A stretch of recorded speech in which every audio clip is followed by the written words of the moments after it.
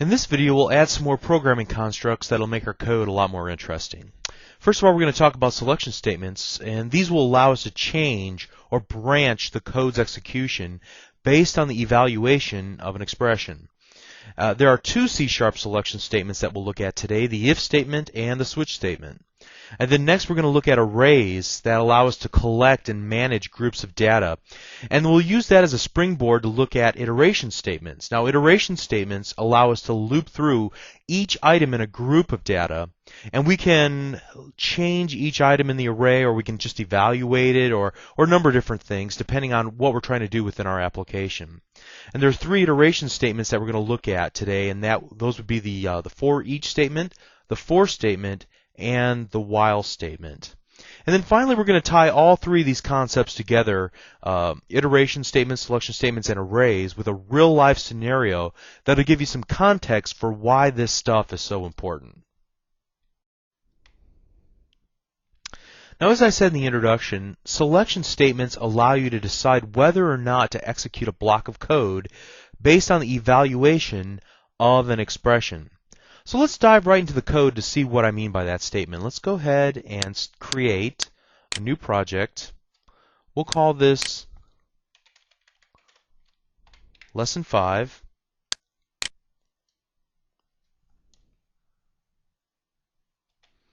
And let's just get rid of that. We don't need that.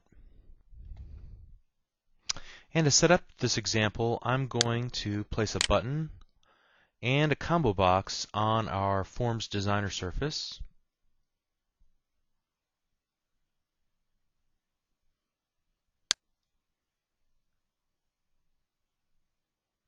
There we go. I'm going to add some items to the combo box. Some names here.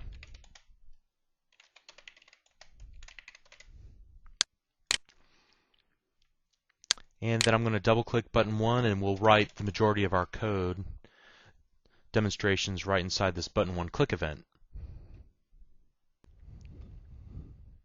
And from this point out, I'm going to pick up the pace a little bit. I'm going to work under the assumption that watching somebody code is about as exciting as watching paint dry. So what I'm going to do is just paste in some examples that I created earlier. And so the first example here is an if statement. Now, notice the syntax. First of all, we start with the keyword if, and next we have a set of parentheses. And between the parentheses, we are evaluating an expression. We talked about evaluating expressions in the previous video. In this case, we're going to test to see what the combo box selection was. Was it Bob or Beth, Conrad or Grant? And if it's Bob, then you can see underneath of our if statement, the next lines of code is a code block defined by curly braces. If combo box 1.text does in fact equal Bob, as we use the equal evaluator, two equal signs put together, then it will execute these lines of code that are contained within the code block directly underneath the if statement. So let's run this application and see that in fact this does work. I'm going to select, first of all, a different name, and you notice when I click the button, nothing occurs. Let's now select Bob and then click the button, and we get our message box, you picked Bob. Cool. Okay, so let's move on. Let's comment out this first example, and let's make room for another example. Now, in the second example, it's very similar to the first one. Notice that I'm still testing the condition combo box 1.text. This time I'm going to check to see if it's equal to Beth.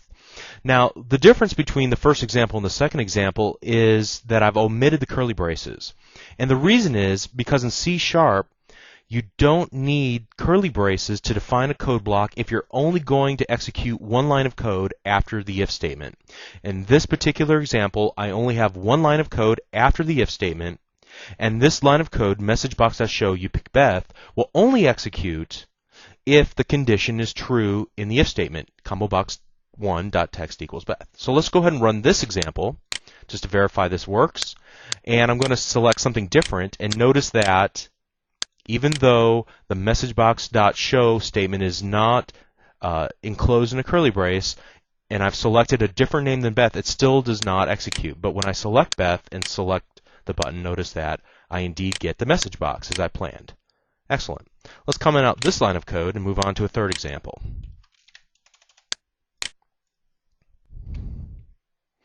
Okay, in this case, we're going to make it a little bit more complicated and introduce two new thoughts. So what I've done here, first of all, is embed an if statement within another if statement. So you can see here in the first couple lines of code, I check if combobox1.text is not equal, notice the exclamation mark equal sign to test the condition of not equal to Conrad. If that's not true, then we're going to test some other things inside the context of our first if statement. So if it's not true, then let's continue on and do some more testing. If combobox1.text equals Grant, then the message box is you pick Grant. But if it's not Grant, then I show another message box which says, I'm not sure who you picked. Notice that I've introduced a new element called else. If the first condition is not true, then the second one will be executed. So for example, let's look at this statement, if combobox1.text equal Grant. If that's not true, then the code block underneath the else statement will be executed.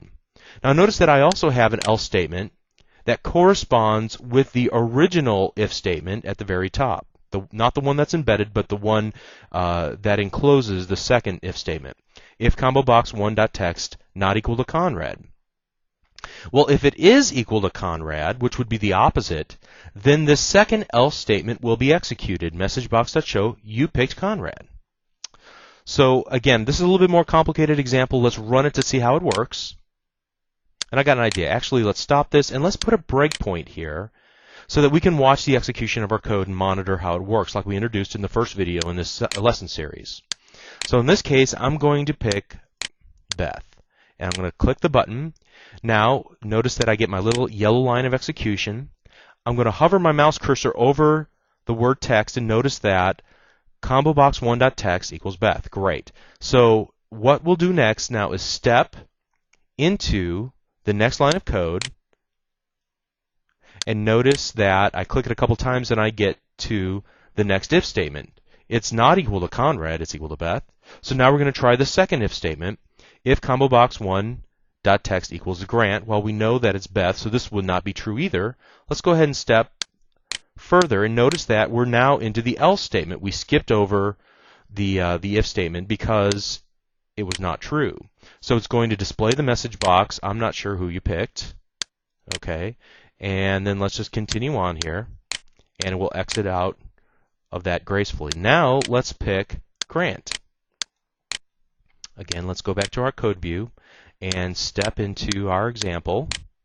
It's going to see if combobox1.text equals Grant, and it does. So let's step into that, and it's going to now display the message box, you picked Grant.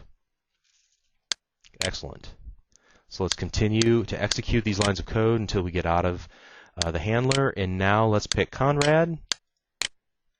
Go back to our code example and start stepping through.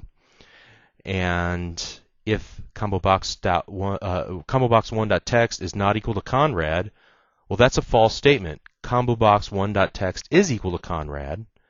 So we would expect the else statement to be executed, in which case you pick Conrad. So I hope that's clear by stepping through these lines of code and we get a better idea of how this example works. So let's go ahead and stop the execution of this. Let's get back to our code, and let's go ahead and get rid of our breakpoint, comment out this example so we can move on from here.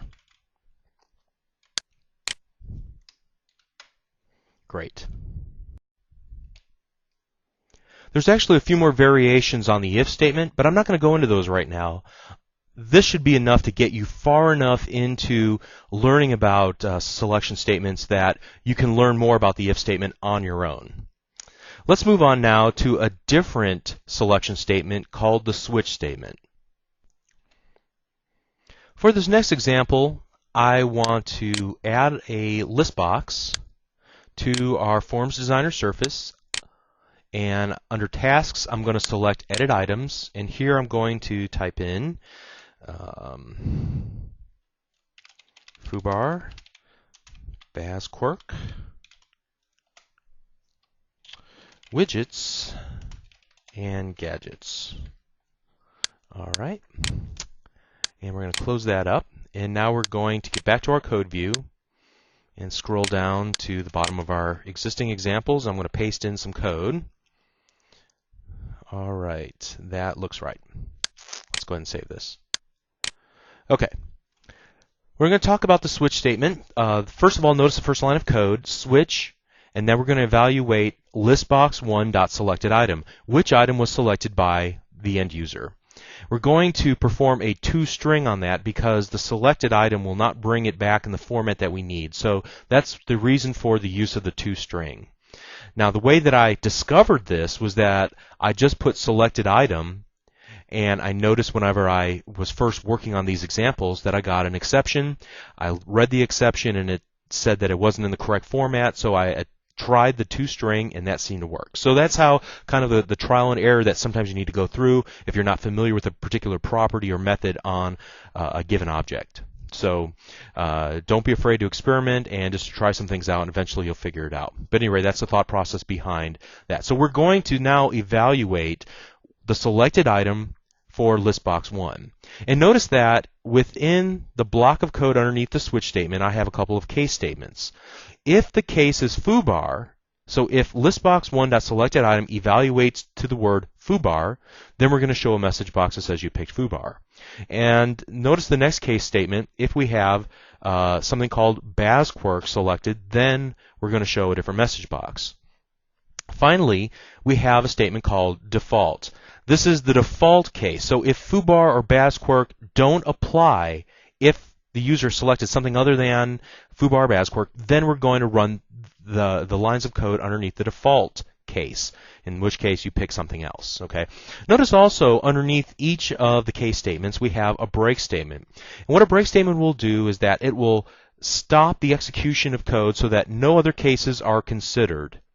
So if after we run this line of code, we hit the break statement, and what that'll do is exit out of our code block defined by our open and close curly braces so that none of the additional cases are evaluated. Let's go ahead and run this application just to see how it works, and let's go ahead and put a break statement here and then run it. So let's select BASQuark, for example. Now let's go to our code view and start stepping through it. I can hover over and notice that the selected item equals BASQuark. Notice that it immediately jumped to case BASQuark, and if we execute this line of code, we'll get a message box that says you picked BASQuark. Okay. Now, once we hit our break statement, notice that it'll jump out over the default statement, and the next line of code that it'll go to is the end of our method. So it just completely ignores all the rest of the code within our switch statement.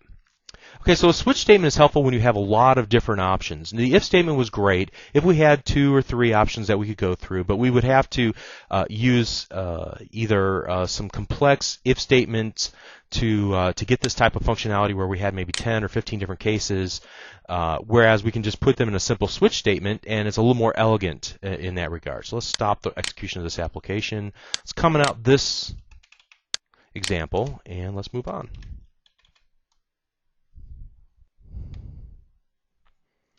So that pretty much ends our discussion of selection statements. You can see that we've demonstrated a couple of different selection statements, and the difference between the if statement and the switch statement is that each one has its strengths. There's 2 different tools that essentially do the same thing, but are used in different scenarios, as I just explained a moment ago. Now, in software development, you're often going to find that there's more than one way to do something, and it's not a matter of the right way versus the wrong way in many cases, but maybe rather which method is more expedient given the current circumstance. So in some cases, the if statement is more elegant, and in other cases, the switch statement is a more elegant way of solving the particular programming problem that you're currently facing right now. Okay, so let's move on and talk about arrays. So I wanted to introduce the concept of an array right now in between our discussion of selection statements and iteration statements, because it's going to help us understand iteration statements a little bit better.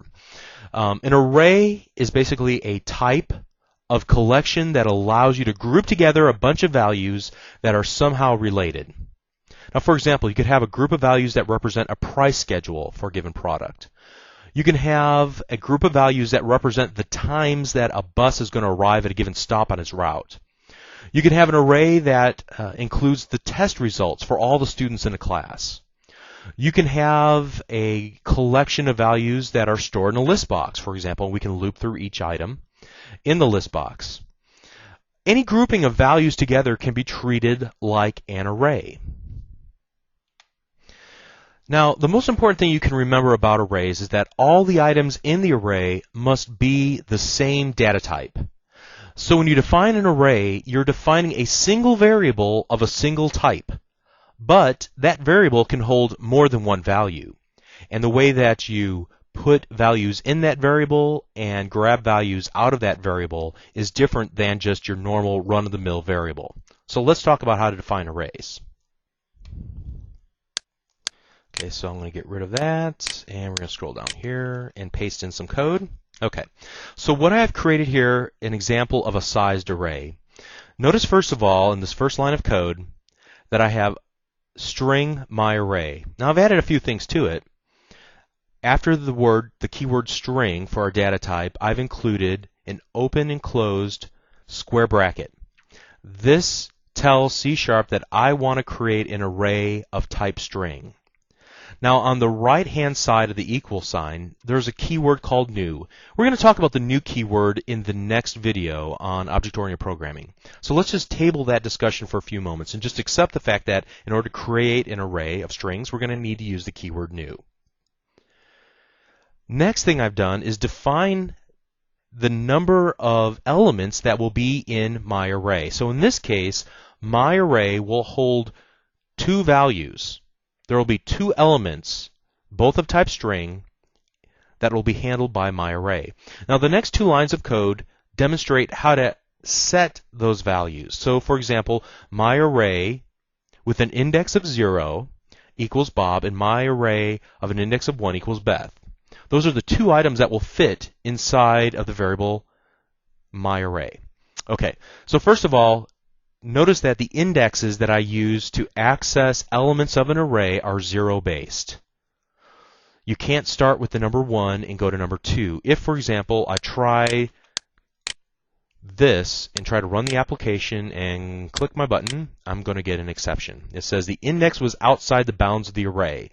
The word bounds is used a couple of times in various contexts in regards to arrays, and a bounds is just like a boundary for football or basketball or any sport, and you can't go outside those boundaries. The boundary for this array is the fact that it can only accept two items. Anything more than that is out of bounds.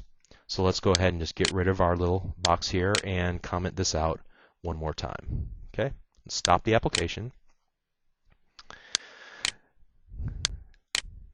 Now let's go ahead and run the application now that we've commented this out.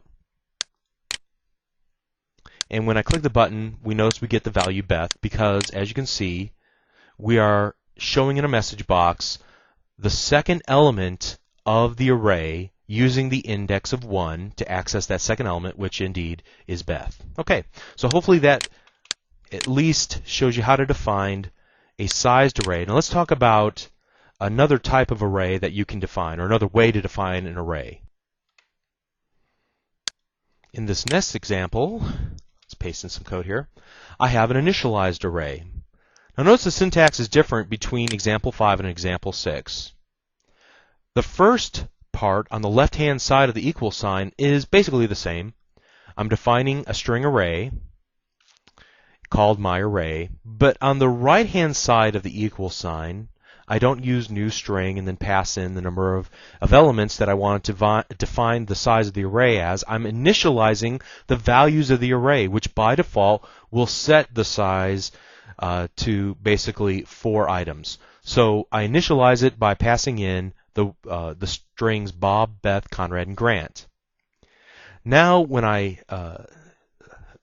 on the next line of code, whenever I go to show a message box with my array element 1, what am I actually doing?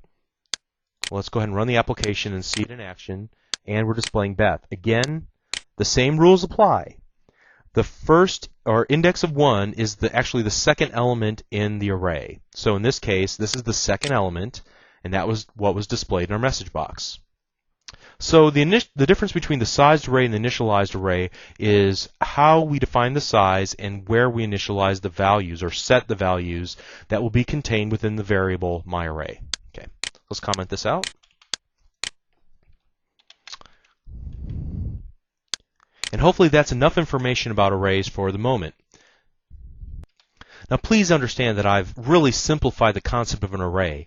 We haven't talked about concepts of arrays like multi-dimensional arrays, or finding the boundaries of an array, or jagged arrays, and the different types of arrays that can be created. But this should get you pretty far, at least for starters, and you'll need to research and learn more about arrays on your own.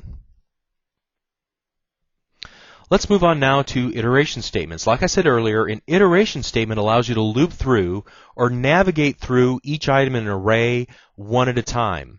Other iteration statements will allow you to loop through until a certain condition is met. And so we're going to look at variations on iteration statements. And I'm just going to show you a couple right now, but there are probably dozens of permutations of iteration statements. And just like the array that I mentioned a moment ago, how we've only kind of simplified it down to 2 or 3 different variations on it, there are actually many other variations, and I encourage you to learn more about iteration statements on your own. But let's start by pasting some code in here. Notice in the first line of code, I've created an initialized array, just like I did in the previous example, where I've set and initialized my array to Bob, Beth, Conrad, and Grant. So there are 4 elements, and what I've used first of all is a for each statement. Now in that line of code, the for each, notice that I have defined in parentheses a temporary variable called person, string person. So for each person that you can find in my array, would be an English way of saying this, then execute the code block that's directly underneath the for each statement. So in this case, we're just going to show the name of that person in a message box. Okay, so what would you expect to happen if we executed this line of code? Well, we would start with Bob. It's the first person, I guess you'd say, in my array, the first string in my array. And we'd show that in a message box. And then the for each statement would move on to the next value in my array, assign that temporarily to the person value, to the person variable, and then display whatever's inside the person variable this time, which would be Beth. And it repeats those steps over and over until we have 4 message boxes, Bob, Beth, Conrad, Grant. Okay, let's run the application real quick just to see if it does this. Notice Bob, Beth, Conrad, and Grant. Great. So a for each statement is a very easy way to iterate through all the items within an array by pulling out each element of the array and putting it into a temporary variable that we define within the for each statement. And then we can do whatever we want to. In this case, we just simply painted it to a message box, but we could make a more complex example, but we'll hold off on that for now. Let's move on. Okay, this time I'm going to paste in another example. This time we're going to have a look at the for iteration statement, and it looks dramatically different from the for each statement that we just reviewed a moment ago. Notice first of all that we're not going to deal with arrays this time. Now we could modify this example to loop through each element of my array, but I've chosen not to do that just so you can see that you don't have to use iteration statements always in conjunction with arrays. In this case, let's take a look at the for statement and what's in between the open and closed parentheses on that first line. Int I equals 0. Okay, notice that there's first of all 3 sections within this for statement. There is the int I equals 0 separated from the next piece using an end of line character, our semicolon. The next part is I less than 5. separated with a semicolon from the last part, which is I++. Okay, the first part's defining a temporary variable, I, and we're initializing I to the value of 0. The next section is a condition. So while I is less than 5, we'll continue to iterate through the code block that's directly underneath the for statement. So everything between the curly braces, which in this case is just one line of code. MessageBox.show I.toString. We'll talk about that in a moment. The final part is that every time after we execute our code block and we return to our for statement, we want to increment the value of I by 1. So that's the little nomenclature of the plus plus after the value of I. So how does this work? Let's set a breakpoint and let's run our application. Click our button and let's move this up so we can see it a little bit better. Okay, first of all, we're defining I is equal to 0. As I hover my mouse button over it, you can see the value of I is currently 0. Let's click our Step Into button. We're going to consider whether or not 0, which is the value of I, is less than 5. That's true. So notice that now we're moving down to our code block, and in this line of code, we're going to show the value of I. Now, since it's an integer, and we talked about converting values explicitly through the use of the toString method of an integer in about a video or two ago, that we're going to now convert 0 to a string and then show it in a message box. And that's what we have here. So now notice the next thing that happens is that I will be incremented. So I was 0, and now I equals 1 is going to be evaluated again. I is 1, is that less than 5? Yes. So continue to run the code block. Here we go again. This time showing the value of 1. Let's run it again. I is currently 1, but after we execute this line of code, I is going to be equal to 2. 2 is less than 5, so we're going to execute this again. And I think you get the idea at this point. Let's just go ahead and step through this.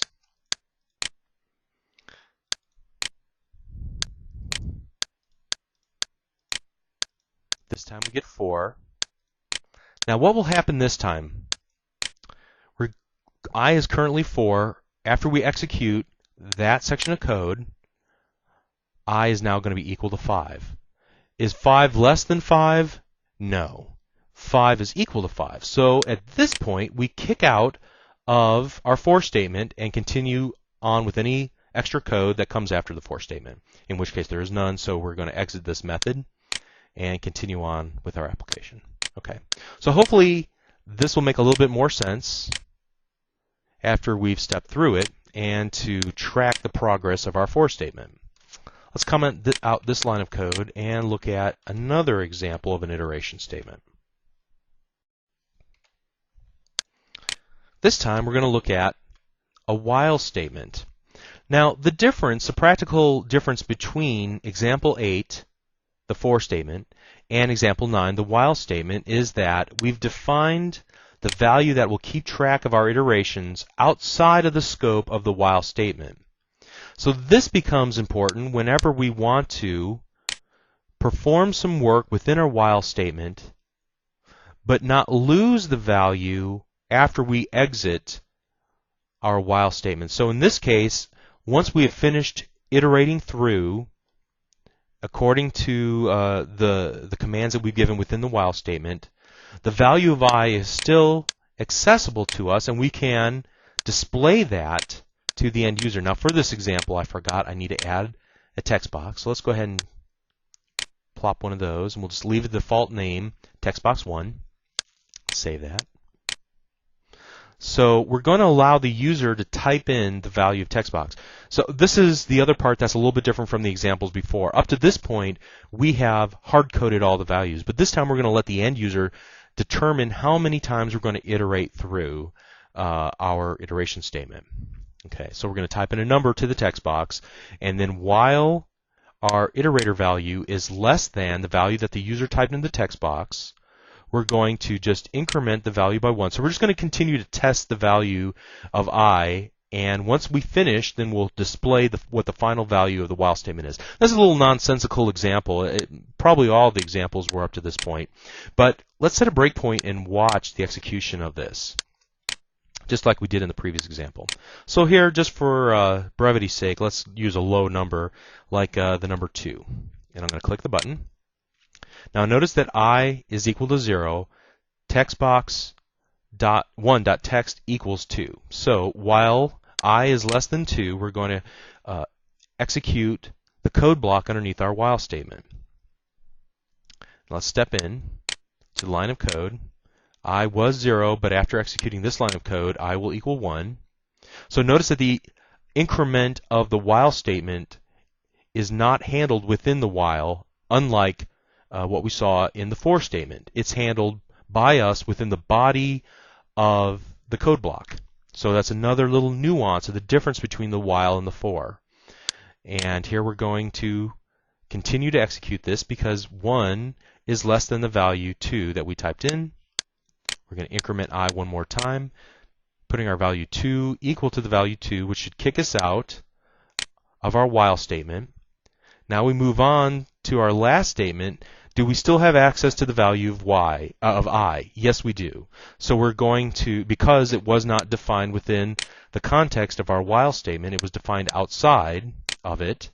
So we still have access to it. We're going to display the final value was 2. After we did all of our looping, we were able to determine what I was and continue to use that throughout the context of our method. Let's just continue on with this. Okay, let's comment this out.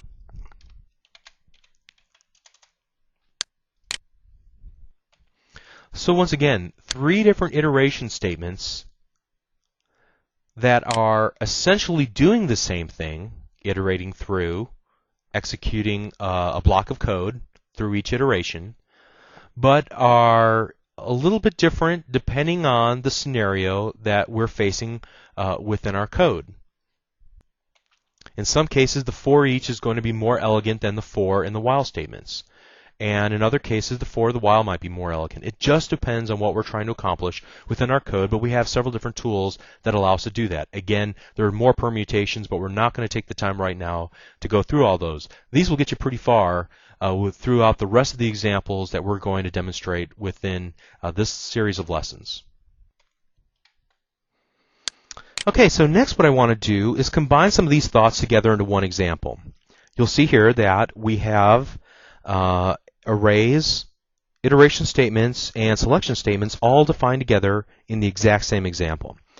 The first line of code, string myArray, we're defining an array and initializing its values. So there are 4 elements, Bob, Beth, Connor, and Grant. The next line of code is our for statement. We're defining, first of all, within our for statement, an iterator, and we're initializing its value to 0. The next chunk of code within the for statement, we're going to evaluate the current value of I and make sure that it's less than myArray.length. Now, what is this myArray.length? Well, you should recognize myArray. And the dot length is a property of an array which tells me how many elements are currently in the array. What do you think the value of length will be?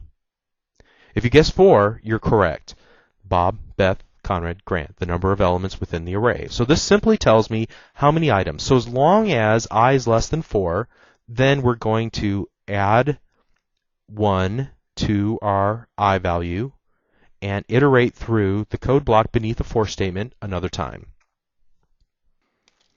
Now within that code block, you'll see that we have an if statement.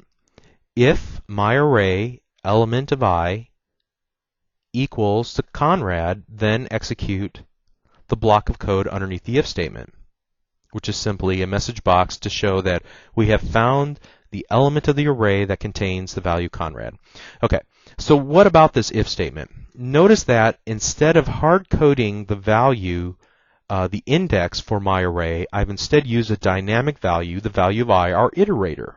So this is a method for me to, on each iteration, check the value that is stored within that particular value of I. So when my array with an index of 0 is an index of 0, we'll check it and to see if it's equal to Conrad. The next time through, it will check my array sub 1 or an index of 1 if that's equal to Conrad, and so on until we find Conrad, in which case then we will execute the message box. So let's put a line break here and then run our application. Click our button, and we'll start stepping through. Here, let's move this up where we can see it a little bit better. Great. Okay, so I should equal to 0, and is I less than my array? Notice that the length is equal to 4 as I hover my mouse cursor over that property. And so now we're going to start executing my array sub 0. Is that equal to Conrad? No. So now we're going to iterate increase 0 to 1 and check this again. Is 1 less than 4? Yes, it is. So let's check this again. What about my array with an index of 1? Is that equal to Conrad? No. Let's increment it, evaluate it, and check it again. My array with an index of 2. Is that equal to Conrad? This time we have found Conrad, so we're going to display the message box, found Conrad. Now what do you suppose will happen? Do you think we'll just exit out of this for loop and continue on and complete our method? Let's execute the next line of code. Notice that we didn't break out of our loop here, and we're going to evaluate the next value. So if we wanted to stop right here and not execute any more lines of code, we would need to include a break statement after our message box.show, so on that very next line, because we would want to stop the execution. So the break statement that we learned about earlier when we were looking at switches applies to if statements and for statements as well. So let's continue evaluating, and we know the answer to this question. And now I should equal 4. Is that less than 4? No, it's equal to 4. So we'll kick out and end the execution of our method. Great.